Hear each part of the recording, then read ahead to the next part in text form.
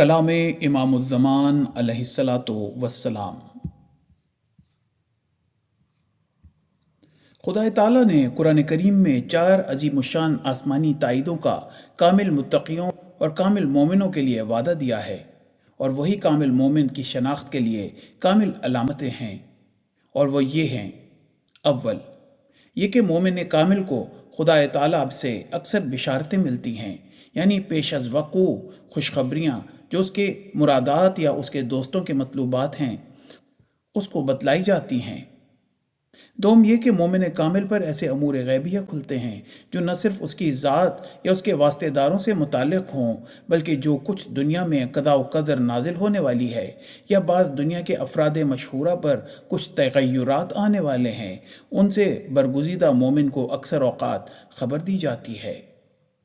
سوم، یہ کہ مومن کامل کی اکثر دعائیں قبول کی جاتی ہیں، اور اکثر ان دعاؤں کی قبولیت کے پیش از وقت اطلاع بھی دی جاتی ہے۔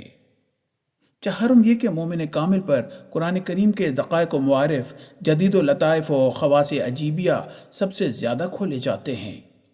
ان چاروں علامتوں میں مومن کامل نسبتی طور پر دوسروں پر غالب رہتا ہے، اور اگرچہ دائمی طور پر یہ قاعدہ کلیہ نہیں ہے کہ ہمیشہ مومن کامل کو من جانب اللہ بشارتیں ہی ملتی رہیں یا ہمیشہ بلا تخلف ہر ایک دعا اس کی منظور ہی ہو جایا کرے، اور نہ یہ کہ ہمیشہ ہر ایک حادثہ زمانہ سے اس کو اطلاع دی جائے، اور نہ یہ کہ ہر وقت معارف قرآنی اس پر کھلتے رہیں، لیکن غیر کے مقابلے کے وقت ان چاروں علامتوں میں کثرت مومن ہی کی طرف رہتی ہے۔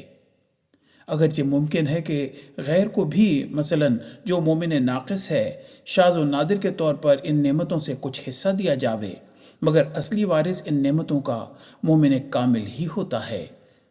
ہاں، یہ سچ ہے کہ یہ مرتبہ کاملہ مومن کا بغیر مقابلے کے ہر ایک بلید و غبی اور کوتاہ نظر پر کھل نہیں سکتا۔ اگرچہ مومن کامل کا خدا تعالیٰ کے نزدیک بڑا درجہ اور مرتبہ ہوتا ہے، اور اس کی خاطر سے اور اس کے تضرع اور دعا سے بڑے بڑے پیچیدہ کام درست کیے جاتے ہیں، اور بعض ایسی تقدیریں جو تقدیر مبرم کے مشابہ ہوں بدلائی بھی جاتی ہیں، مگر جو تقدیر حقیقی اور واقعی طور پر مبرم ہے وہ مومن کامل کی دعاؤں سے ہرگز بدلائی نہیں جاتی، اگرچہ وہ مومن کامل نبی یا رسول کا ہی درجہ رکھتا ہو۔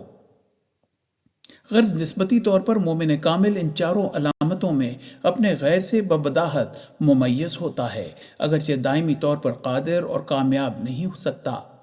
بس جبکہ یہ امر ثابت ہو چکا کہ نسبتی طور پر حقیقی اور کامل مومن کو کثرت بشارات اور کثرت استجابات دعا اور کثرت انکشاف مغیبات اور کثرت انکشاف معارف قرآنی سے وافر حصہ ہے، تو مومن کامل اور اس کے غیر کے آزمانے کے لیے اس سے بہتر اور کوئی طریق نہ ہوگا کہ بذریعہ مقابلہ ان دونوں کو جانچا اور پرکھا جاوے۔ یعنی اگر یہ امر لوگوں کے نظر میں مشتبہ ہو کہ 2 شخصوں میں سے کون عند اللہ مومن کامل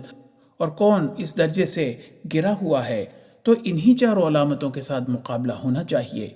یعنی ان چاروں علامتوں کو محک اور معیار ٹھہرا کر مقابلے کے وقت دیکھا جاوے کہ اس معیار اور ترازو کی روح سے کون شخص پورا اترا ہے اور کس کی حالت میں کمی اور نقصان ہے۔ حوالہ آسمانی فیصلہ۔